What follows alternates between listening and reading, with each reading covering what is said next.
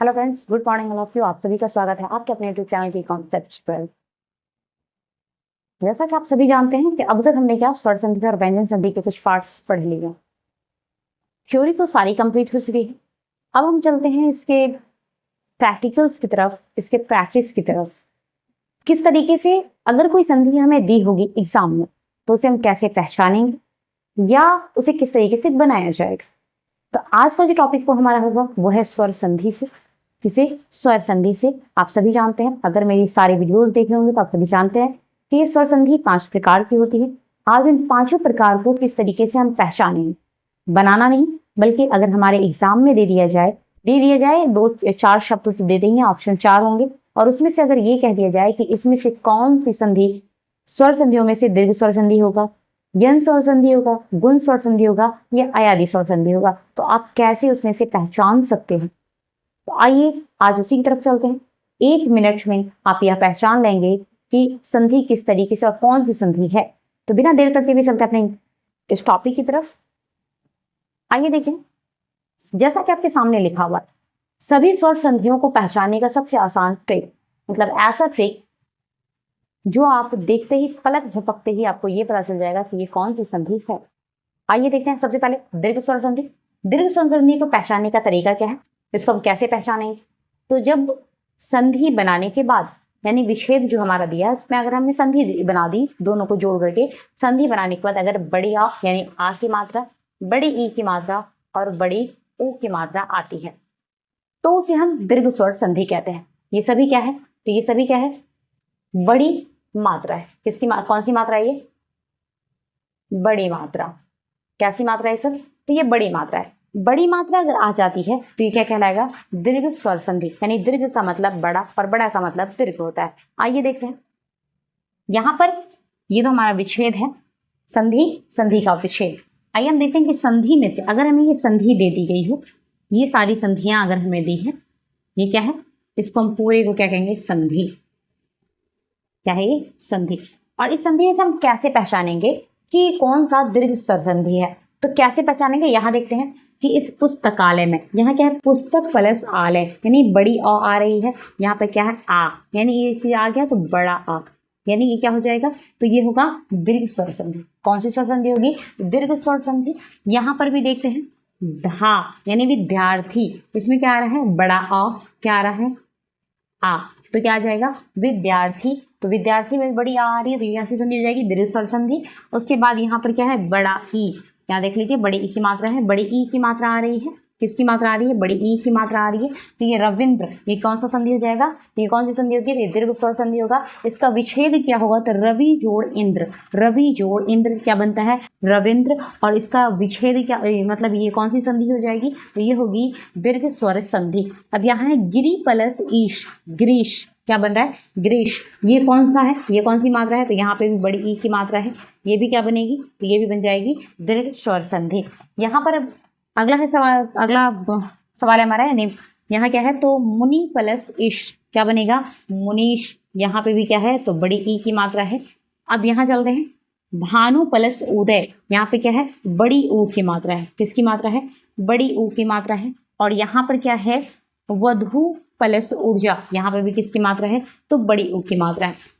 अब हम ये देखते हैं कि जहां जहां आ की मात्रा, आ की मात्रा, ई की मात्रा, ई की मात्रा, ई की मात्रा, ऊ की मात्रा, ऊ की मात्रा, मतलब जिस संधि में आ, ई और ऊ आता है, बड़ी मात्रा होगी, उसे हम क्या कहेंगे? दीर्घ स्वर संधि। तो देखा आपने कि क्या है? एक ट्रिक के जरिए आप ये पहचान सकते हैं मिनटों में, यानी पलक झपकते ही, कि संधि कौन सी है। ये कौन सी संधि होगी? दीर्घ स्वर संधि, यानी दीर्घ स्वर संधि है।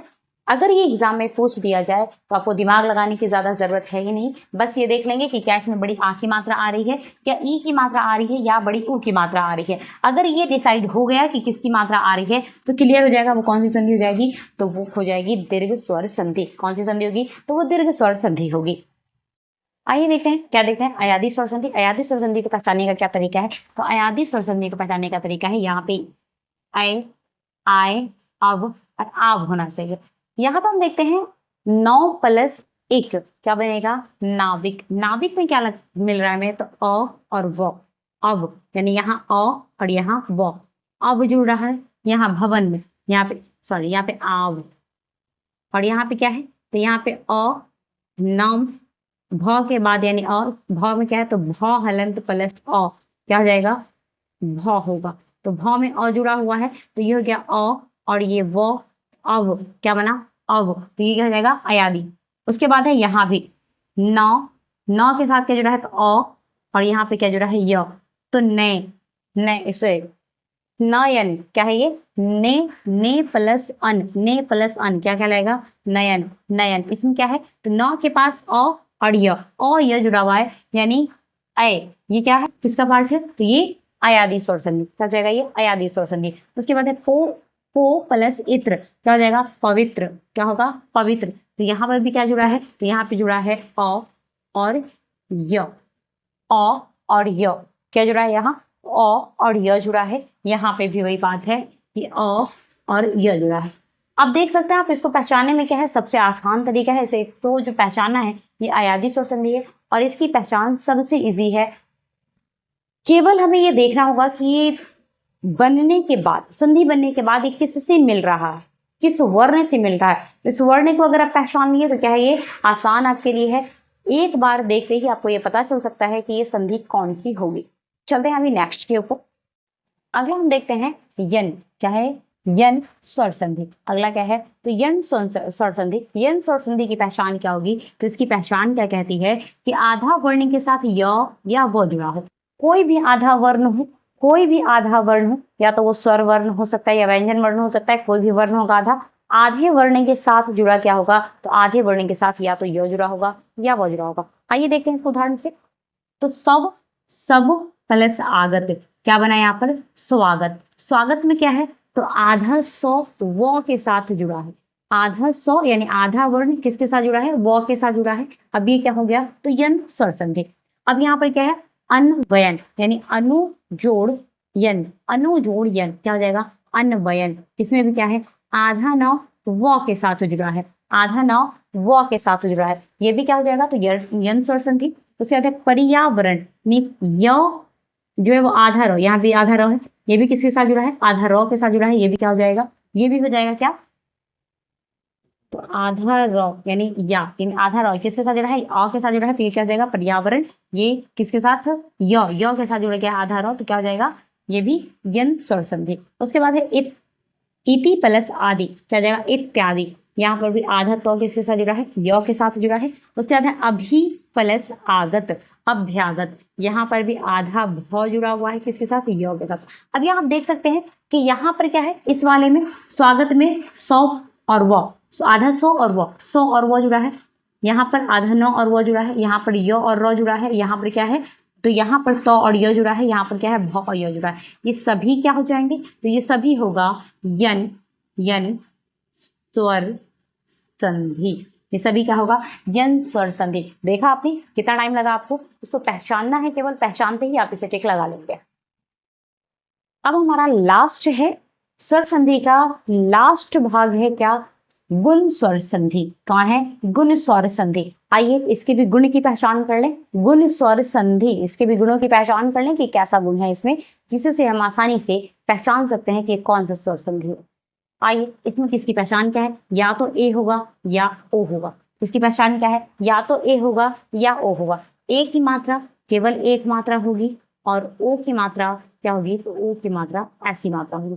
इन दोनों में से अगर कोई मात्रा होता है संधि में, इन दोनों में से अगर संधि में कोई मात्रा लगा है तो वो संधि क्या होगी, तो वह संधि क्या, कौन सी संधि हो जाएगी, तो वह संधि गुण स्वर संधि होगी। गुण स्वर संधि होगी केवल अपवाद को छोड़कर। 99% से ज्यादा, 99.9 ऐसा समझ लीजिए, ऐसे परसेंटेज है, पूरे की पूरी संभावना है, 100% संभावना मान सकते हैं कि ये क्या होगा, तो ये गुण स्वर संधि होगा। इसकी पहचान से केवल किसको छोड़कर, तो केवल अपवाद को छोड़कर। अपवाद 28 से 29 अपवाद गिन करके हैं, गिन कर है, और जिसे मैंने पढ़ा चुका है, इसी प्लेटफॉर्म पर मैं उसे पढ़ा चुकी हूँ।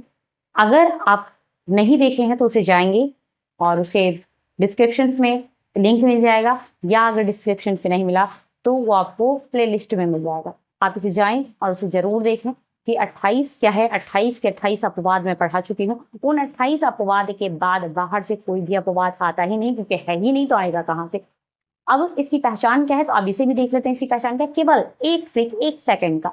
अभी देख लें, अगर कोई संधि है, संधि में अगर ये मात्रा और ये मात्रा आपको दिख रही है, अगर ये दोनों मात्रा दिख रही है तो इसका मतलब ये गुण स्वर संधि है। आइए देखते हैं, नर प्लस इंद्र क्या बनेगा, नरेंद्र। ये रॉ के ऊपर कौन सी मात्रा दिख रही है, ये एक ही मात्रा दिख रही है। यहाँ ज्ञान प्लस उपदेश क्या दिख रहा है, ज्ञानोपदेश। यहाँ पे क्या कौन सी मात्रा दिख रही है, ओ की भी है, ए की भी है, दोनों है। उसके बाद है ज्ञान प्लस इंद्र क्या है, ज्ञानेंद्र। यहाँ पे भी आपको मात्रा दिख रही है, यहाँ पे भी दिख रही है। तो यहाँ क्या देखेगा कि यहाँ पर ए की मात्रा, यहाँ पर ओ की मात्रा, यहाँ पर भी ए की मात्रा, यहाँ पर ए की मात्रा और यहाँ पर ए की मात्रा, ये सभी ए या ओ की मात्रा है। और अगर संधि में ए या ओ की मात्रा होगा तो वो कौन सी संधि कहलाएगी, तो वो गुण स्वर संधि कहलाएगी। वो कौन सी संधि होगी, तो वो गुण स्वर संधि होगी। देखा आपने, मिनट भी नहीं लगे और आप इसे आसानी से पहचान सकते हैं। ये एक सेकेंड में आप इसे आसानी से पहचान सकते हैं कि कौन सी संधि किस रूप में लिखी जाएगी और अगर किस तरीके से लिखी गई है तो वो कौन सी संधि होगी।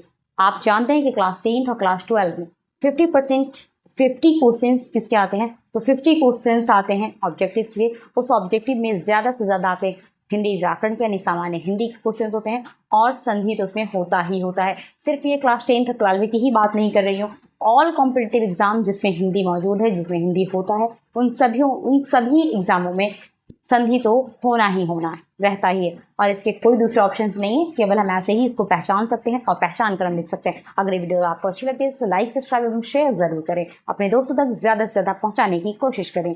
धन्यवाद। फिर मिलेंगे अगले टॉपिक्स के साथ।